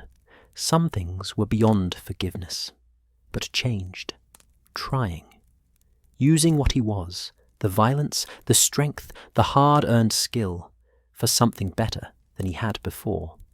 It wasn't a happy ending, but it was an honest one.